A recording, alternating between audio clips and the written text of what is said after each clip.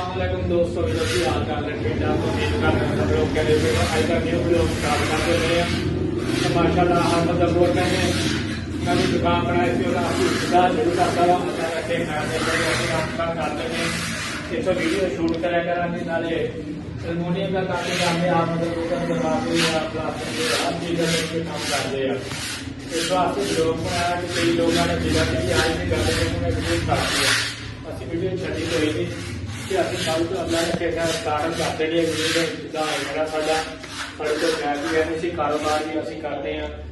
अल्लाह ऐसे काम करते सारे काम में अभी शुरू करा कि जरूर थोड़ा सा काम करते हैं। बहुत लेट हो गई इस वास्ते लोग बनाया कि बाहर सीन भी दिखाया यार बाहर फ्रेंड का होकर दुकान का बाहरों ले आके यार देख अब भी जोड़ा है आने क्योंकि यदि दुकान है यार बिल्कुल ठीक हो रहा है ना काम शाम आप जब कर। हाँ जी माशाल्लाह सोहना काम हो रहा बेहतरीन जो सुकना नाम बेहतरीन चल के फटे इस बार काम चलता ही चलता जिला दुनिया कहती थी होकर होगा इंशाल्लाह। ਅਸੀਂ ਕਾਰੋਬਾਰ ਸੁਧਾਰ ਕਰਦੇ ਹਾਂ ਤੇ ਸਾਡੇ ਕਾਰੋਬਾਰ ਵਾਧੀ ਜਾਊਗਾ ਤੇ ਦੁਆ ਕਰਦੇ ਹਾਂ ਦੁਆ ਦੀ ਜ਼ਰੂਰਤ ਹੈ ਤੇ ਸਾਡਾ ਨਹੀਂ ਹੈਗਾ ਸਹੀ ਹੈ ਨਾ। ਇਹ ਭਰਾ ਸਾਡੇ ਦਾ ਫੜੋ ਤਾਂ ਮੇਰਾ ਭਰਾ ਰੱਬ ਦਾ ਸਾਰਾ ਸ਼ੇਅਰ ਫੋਲੋ ਕਰਿਆ ਕਰੋ ਸਾਡੀ ਵੀਡੀਓ ਨੂੰ।